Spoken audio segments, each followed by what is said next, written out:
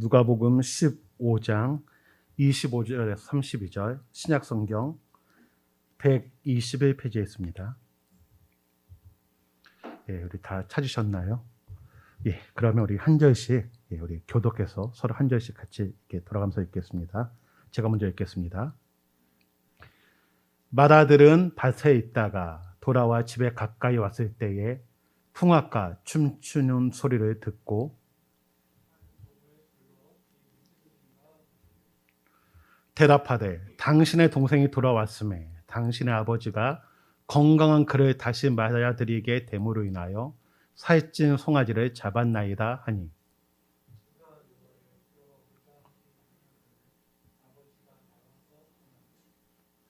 아버지께 대답하여 이르되 내가 여러 해 아버지를 섬겨 명을 어김이 없거늘 내게는 염소 새끼라도 주어 나와 내 보스로 즐겁게 하신 일이 없더니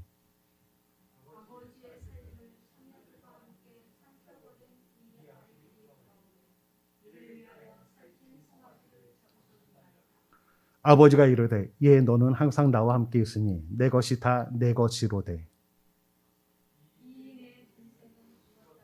살아났으며 내가 잃었다가 얻었기로 우리가 즐거워하고 기뻐하는 것이 마땅하다 하니라. 아멘. 예, 우리 좌우에 계신 분들, 우리 같이 앞뒤에 계신 분들 우리 사랑합니다 인사하겠고요. 또 우리 영상을 보고 예배드리는 우리 성도님들 사랑합니다 인사하겠습니다. 예, 사랑합니다. 예. 예. 우리 영상을 보고 계신 분들 성도님들 사랑합니다. 그리고 오늘 대표 기도를 하신 우리 임재인 권사님, 우리 고맹남 어르신 오셨는데 예, 우리 사랑합니다. 예. 예, 감사합니다. 예. 이렇게 우리 성도님들이 앞에 계시니까 너무 위로가 되고요. 행복합니다. 예, 빨리 대면 예배 드리는 그날이 오기를 원합니다. 예, 우리 누가복음 15장에는 예수님께서 말씀하신 세 가지 비유가 나옵니다. 첫 번째는 잃은 양을 찾은 목자의 비유. 두 번째는 잃은 드라크마를 찾은 여인의 비유. 그리고 세 번째는 잃은 아들을 되찾은 아버지의 비유입니다. 이 세 가지 비유는 1차적으로 예수님의 말씀을 들으러 왔던 세리와 죄인들, 그리고 그 모습을 보면서 비난하고 수군거리던 그랬던 바리새인과 서기관들에게 들으라고 하신 비유의 말씀입니다. 이 비유들의 공통점은 무엇인가 하면 잃은 것을 찾았을 때 아버지가 하나님이 얼마나 기뻐하시는지를 말합니다. 그리고 찾은 자들 또는 돌아온 자들에 대해서 아버지는 책망과 질책이 아닌 위로와 회복을 주시는 아버지이심을 우리에게 말해줍니다. 팀 켈러 목사님의 탕부 하나님이라는 책을 보면 이 세 번째 비유에 대해 잃어버린 두 아들의 비유라고 말합니다. 그리고 첫 단락은 잃어버린 둘째 아들 이야기, 그리고 두 번째 단락은 잃어버린 맏아들, 첫째 아들의 이야기라고 말합니다. 더불어서 살아있는 아버지에게 유산을 요구했던 둘째 아들의 행동에 대해서는 이렇게 말합니다. 아버지 생전에 유산을 구한다는 것은 아버지가 죽기를 바란다고 말하는 것과 같다.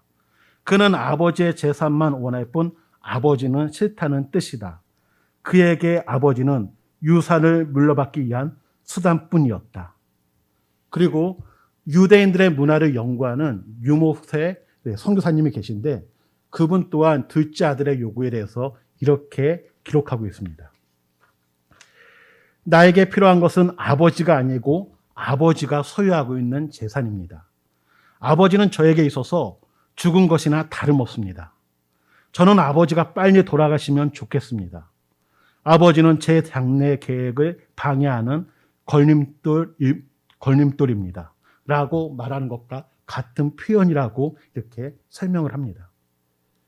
당시 1세기 유대인들에게, 그 청중들에게 둘째 아들의 그런 요구는요, 도저히 있을 수 없는 불효막심한 그런 행위입니다.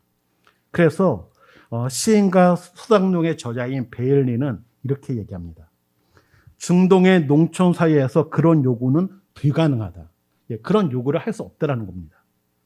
만약 그런 요구를 했다면 그 아버지는 아들을 죽도록 때릴 것이다. 왜냐하면 그런 요구는 아버지가 죽기를 바라는 것과 같기 때문이다. 당시 이스라엘 사회의 가치관으로 이러한 둘째 아들의 요구는 있을 수 없는 행위입니다. 그래서 망나니 같은 행위일 뿐 아니라 고의로 아버지를 살해하는 인간 같지 않는 폐역한 행위라고 말할 수 있습니다. 그런데 더 놀라운 것은 무엇인가 하면 이러한 요구를 아버지가 들어주었다는 것입니다. 이러한 행동은 도저히 납득할 수 없는 행동이죠. 그래서 라틴 교부였던 터툴리아는 이렇게 얘기를 합니다. 도저히 이해할 수 없는 탕자의 아버지는 반항적이고 폐역한 인간을 향한 하나님 아버지의 사랑을 그려내기 위해서 예수님께서 의도적으로 설정한 캐릭터였다라고 말합니다. 그러니까 그 아버지의 유산을 요구했던 그 둘째 아들의 행동, 말도 안 되는 행동이고요. 더 말이 안 되는 것은 그것을 허락해 준 아버지의 태도라는 것이죠. 그런데 이것은 불가능하다. 그렇다면 이것을 왜 이런 비유를 하셨는가? 이것은 예수님께서 하나님의 사랑이 이렇다는 것을 우리에게 보여주기 위해서 만들어 놓은 캐릭터라고 이렇게 터툴리아는 말한 겁니다.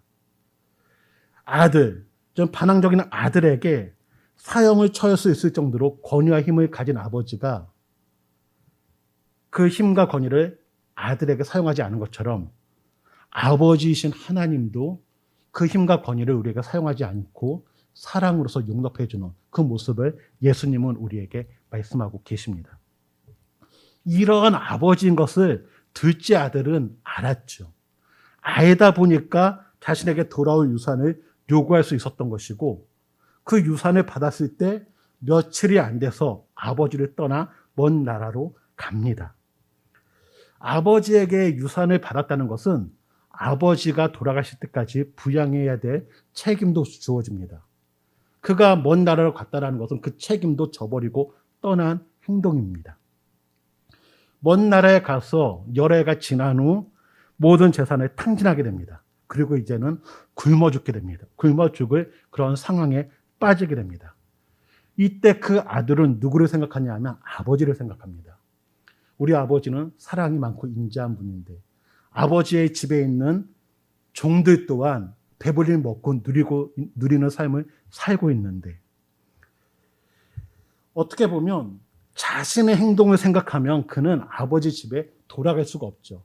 나 같은 사람이면 나 같은 놈이겠죠.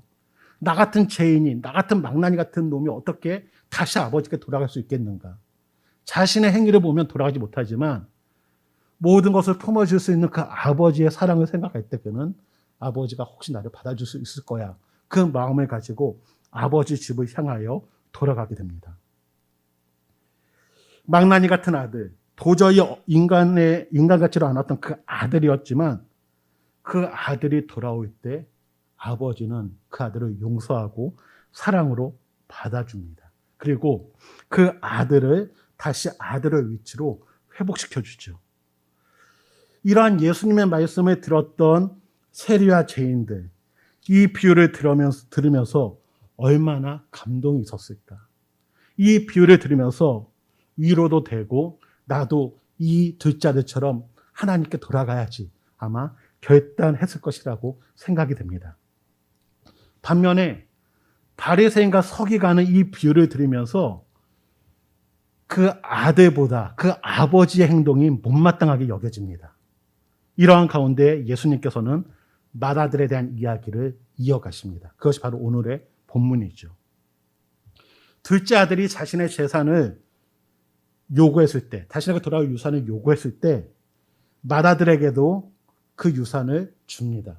왜냐하면 12절에 보면 아버지가 그 살림을 각각 나눠 주었더니, 즉 작은 아들에게 돌아갈 유산을 주면서 큰 아들에게도 야 이것도 너의 유산이야, 너가 받을 유산이야 하면서 그 유산을 주는 것이죠. 아버지를 떠난 둘째 아들과는 달리 첫째 아들, 맏아들은요 아버지를 모시고 함께 삽니다. 조금 전에 말씀드린 것처럼 당시의 유산을 받았다는 것은 아버지를 끝까지 부양할 책임이 주어지는 겁니다. 그래서 그 아들은 그 책임을 다하는 것이죠. 어떻게 보면 맏아들은 우리 눈에 착한 아들처럼 보입니다. 아버지를 떠나지 않고 아버지를 끝까지 모시는 맏아들의 모습. 야, 저 아들 정말 착해. 믿을만해. 그렇게 보여지죠. 그런데 그 아들을 착한 아들, 정말 아버지를 사랑하고 아버지를 섬기는 아들이라고 단정 짓기에는 의문점이 생깁니다.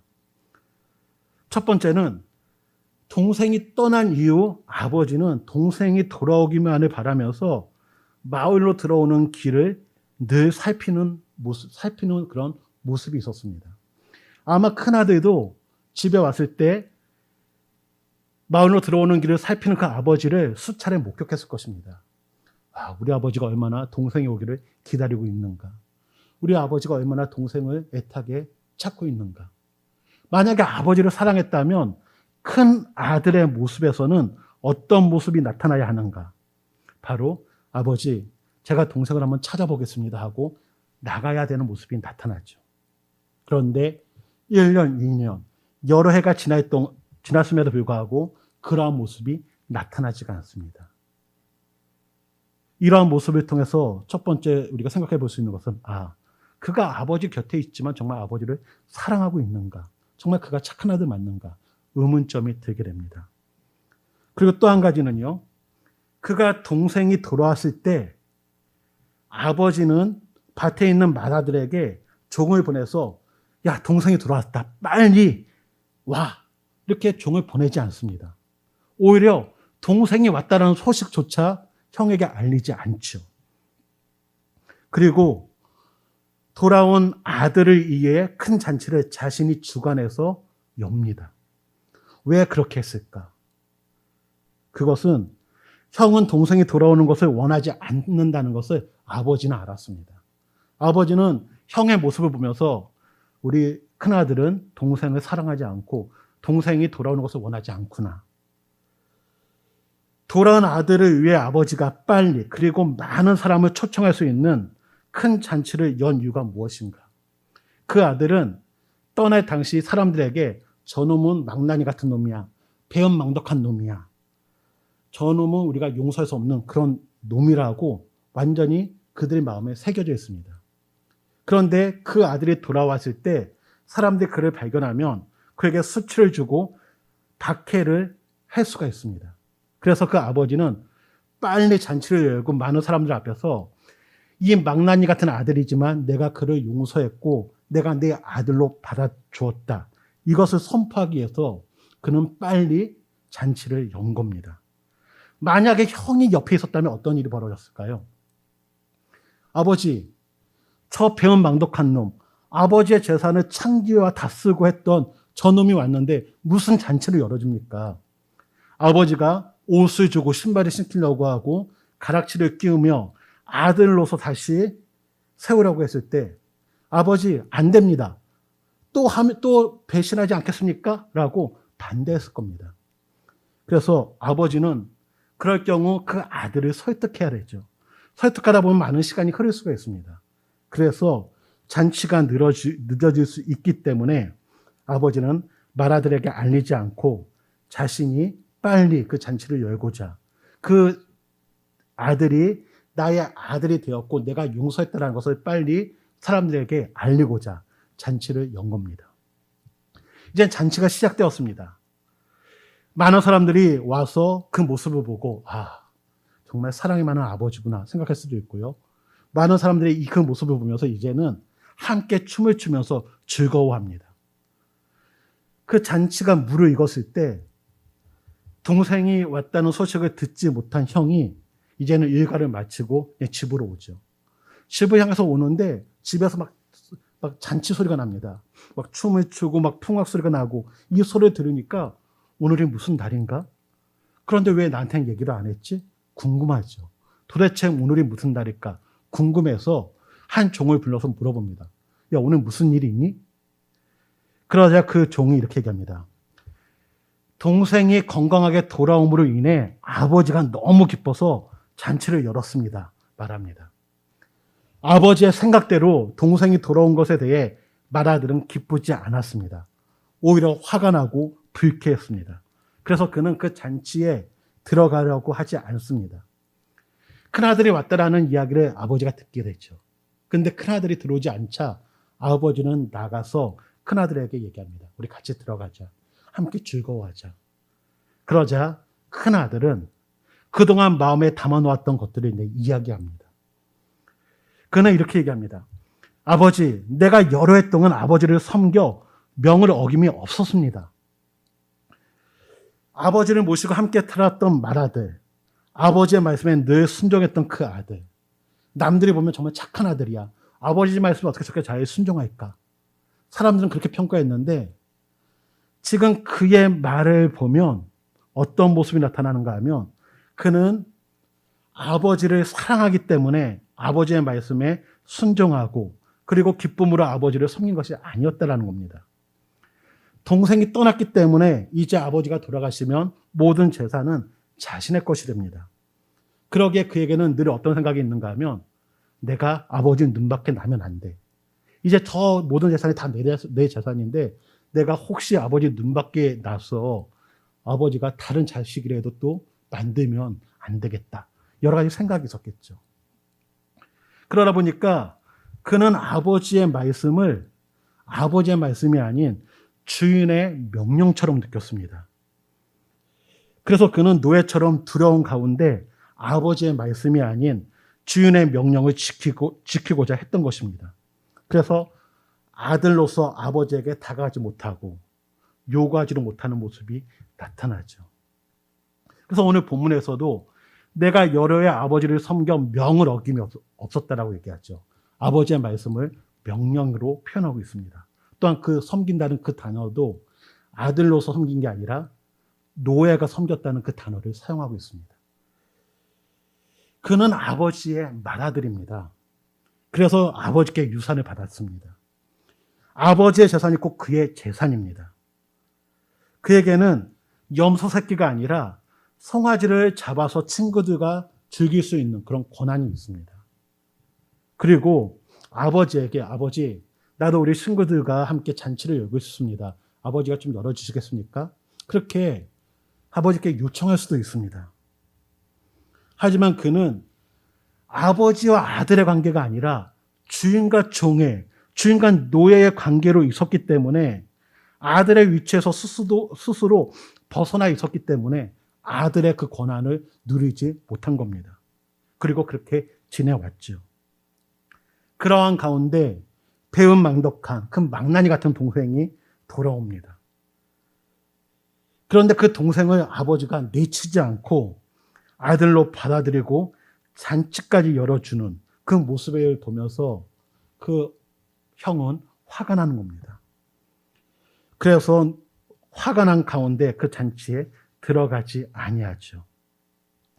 이러한 아들의 태도에 대해서 아버지는 질책할 수 있습니다. 하지만 그 아들에 대해서도 아버지는 사랑합니다. 그래서 다독거리면서 얘기하죠. 아들아, 내 것이 다 너 것이 아니니? 너 동생은 내가 잃었다가 다시 얻은 아들이지 않니? 그러니 우리 함께 들어가서 기뻐하고 즐거워하자. 이것이 마땅한 도리야. 라고 하면서 그 잔치에 들어오라고 초청하고 있습니다. 예, 그 아들 들어갔을까요? 안 들어갔을까요? 예, 그 결론은 나오지 않고 이 비유는 마무리가 됩니다. 예수님께서 이 이야기를 마무리 지어 결과를 들려주지 않은 것은 바로 이 맏아들이 지금 같이 있는, 말씀을 듣고 있는 바리새인과 서기관이기 때문입니다. 그래서 예수님께서는 이 비유를 통해서 맏아들과 같은 바리새인과 서기관들이 너희들이 종처럼 내 말씀을 지키려고 하지 말고 아들로서 살라고 말씀하시는 것이고요. 또한 더불어서 하나님의 잔치에 들어와서 우리 함께 즐거워하자고 초청하고 계신 것입니다. 저는 이 두 아들을 보면서 누가 잃은 아들인가라는 질문을 던져봅니다. 이 아버지에게 있어서 첫째 아들도 둘째 아들도 잃은 아들이었습니다. 하지만 둘째 아들은 자신의 아버지를 떠나고 회개하고 돌아오게 됐죠. 그래서 그는 잃었다가 되찾은 아들이 됩니다. 하지만 큰 아들은 남들이 볼 때는, 사람들이 볼 때는 아버지가 잃은 아들이 아니죠. 늘 아버지와 함께하고 있는 아들이었습니다. 하지만 그의 내면은 아버지를 떠나 있는 아들이었습니다. 그럼에도 불구하고 그는 아버지를 떠났다라는 것을 모릅니다. 본인도 아버지의 마음을 아프게 하고 똑같이 속을 썩이고 있었다라는 것을 그는 몰랐습니다. 방식만 달랐지 큰 아들이나 작은 아들이나 아버지의 마음을 아프게 하고 아버지를 떠난 자식입니다. 하지만 작은 아들은 인식하고 돌아오죠. 하지만 큰 아들은 내가 아버지를 떠났다는 것조차 인식하지 못했기에 돌아오지 못하는 모습으로 나타납니다. 저는 우리 성도님들을 보면서 이런 질문을 한번 던지고 싶습니다. 혹시 내가 맏아들은 아닌가? 사람들 보기에는 신앙생활 열심히 하네, 교회 생활 열심히 하네 라고 말하고 있지만 정말 내 내면에서 하나님과 가까이 하고 있는가? 저는 이번 코로나로 인한 이러한 시간들이 내가 맏아들인가 아닌가 점검할 수 있는 그런 기회가 될 수 있다고 생각합니다. 기존에는 대면 예배를 드리기 때문에 교회를 나와야지 믿음이 좋고 안 나오면 그래도 신앙이 좀 약한 거 아니야, 그런 평가를 받지만 이제는 우리가 교회를 나오지 않고 영상으로 예배를 드리기 때문에 내가 예배를 드리고 있는지 안 드리고 있는지 모릅니다. 저도 지금 어느 분들이 지금 이 예배와 함께 하는지 모릅니다. 또한 예배를 드릴 때 그분들이 어떠한 자세로 예배를 드리는지 저는 모르죠.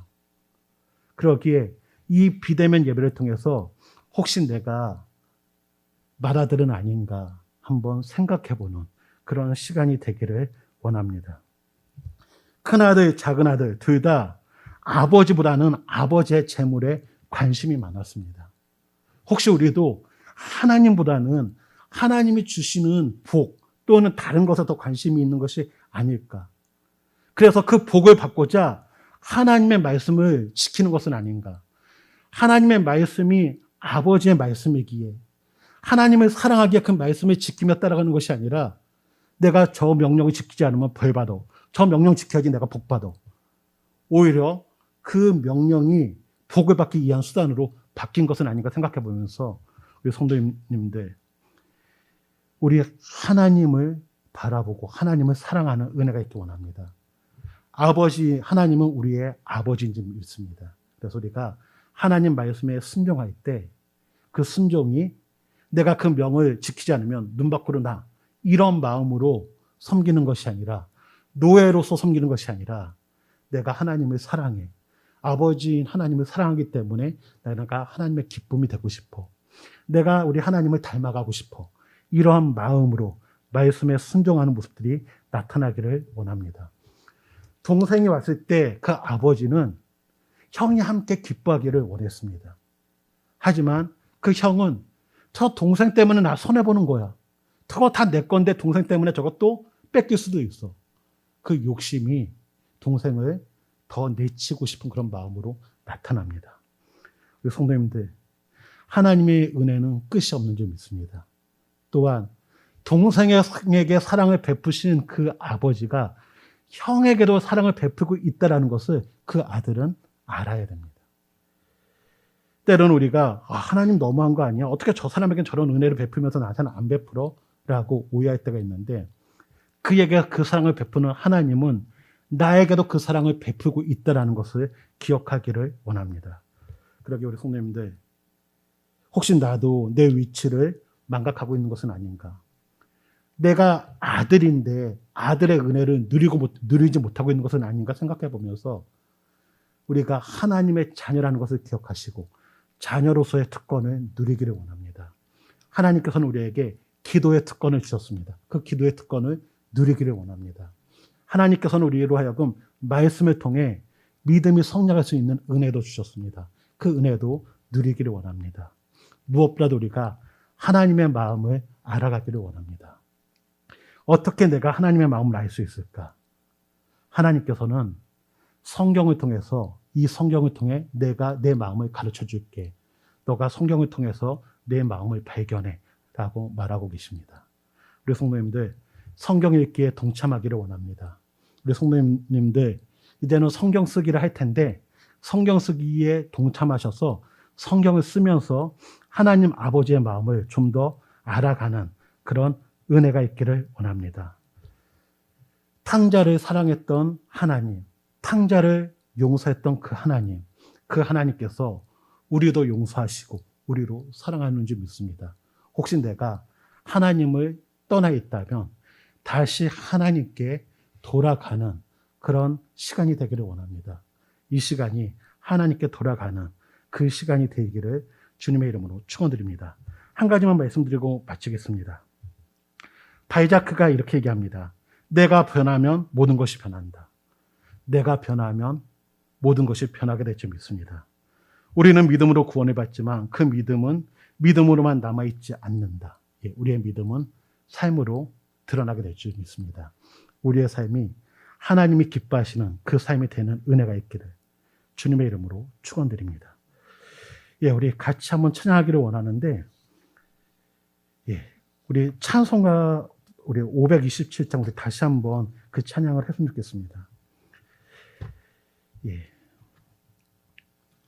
하나님, 혹시 내가 하나님을 떠나 있다면 돌아갈 수 있게 달라고. 몸은 있지만 내 마음은 하나님을 떠나 있다면 돌아갈 수 있게 달라고. 그리고 우리의 믿음의 동역자들 중에 하나님께 돌아올 영혼들이 있다면 하나님, 떠난 그들이 돌아올 수 있게 달라고. 하나님 또한 형은 찾아가지 않았지만 우리의 형님 되시는 예수님께서 우리를 찾으러 오신 것처럼, 또한 찾은 것처럼 우리 또한 찾아갈 수 있는 그런 믿음을 달라는 그 마음으로 우리 같이 찬양합니다. 527장입니다.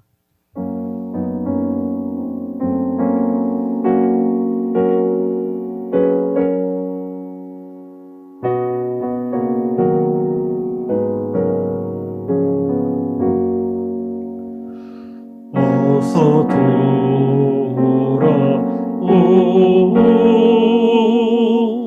어서 돌아마노.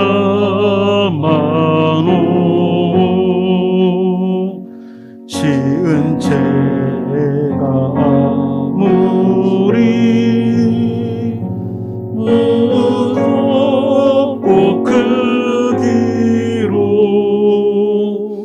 주 얻지 못한 당하고 못 받으시리요.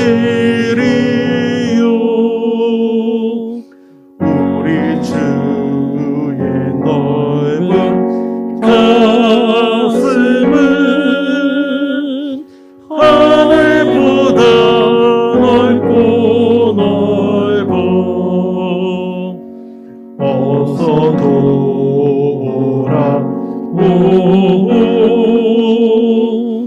어서 돌아마노.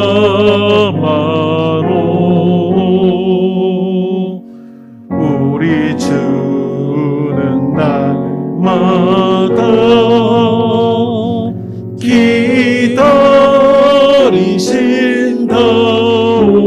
기다리신다오. 밤마다 문 열어놓고 마음 졸이시며 나간 자식 돌아오기만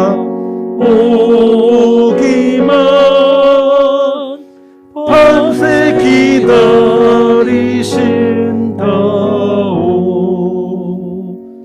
어서 돌아오,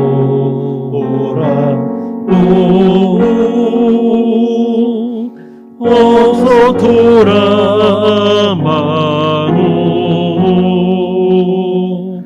채찍 맞아 아파도 주님의 손으로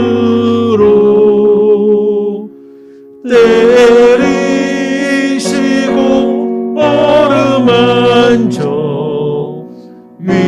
위로해 주시는 우리 주의 넓은 품으로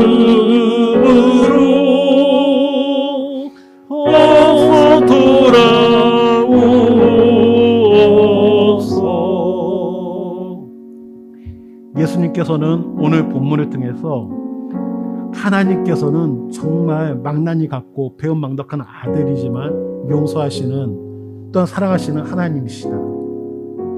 돌아오면 받아주신다라고 말하고 계십니다. 혹시 내가 하나님을 떠나 있다면, 정말 큰아들처럼 몸은 있지만 마음이 떠나 있다면 하나님께 돌아오는 그러한 은혜가 있기를 원합니다. 하나님은 밤마다 문을 열어놓고 우리를 기다리고 계십니다. 또한 우리 주님께서 맏아들이 되셔서 우리를 찾으러 오셨고 찾은 것처럼 우리에게 원하시는 것이 있다면 나간 동생을 찾으러 가기를 원하시는 하나님 아버지의 마음이 있습니다. 그러기에 우리가 나는 교회에 있으니까 괜찮아가 아니라 정말 나가서 고생하는 그 아들을 애타게 기다리는 그 아버지의 마음을 가지고 그들을 찾는 그런 모습이 있기를 원합니다. 이런 내용이 있더라고요. 너가 올 수 있는 만큼만 와라. 그러면 내가 달려가겠다. 우리 하나님께서는 끝까지 오라는 게 아니라 너 올 수 있는 만큼만 와. 내가 갈게. 내가 달려가 줄게라고 말합니다. 이 시간 우리가 하나님께 돌아가는 그러한 시간이 되기를 원합니다. 우리 이 시간 같이 한번 기도하겠습니다. 하나님, 내가 정말 하나님께 돌아가게 하여 주옵소서. 하나님의 품에 안기게 하여 주옵소서. 또한 하나님을 떠난 동생들이 있다면 그들을 향하여 찾으러 갈 수 있는 그런 믿음을 허락해달라고, 아버지의 마음을 알고 그 아버지의 마음을 생각할 수 있는 아버지를 사랑하는 자녀가 될 수 있게 해달라고 우리 같이 한번 기도하는 시간 갖겠습니다. 같이 기도합니다.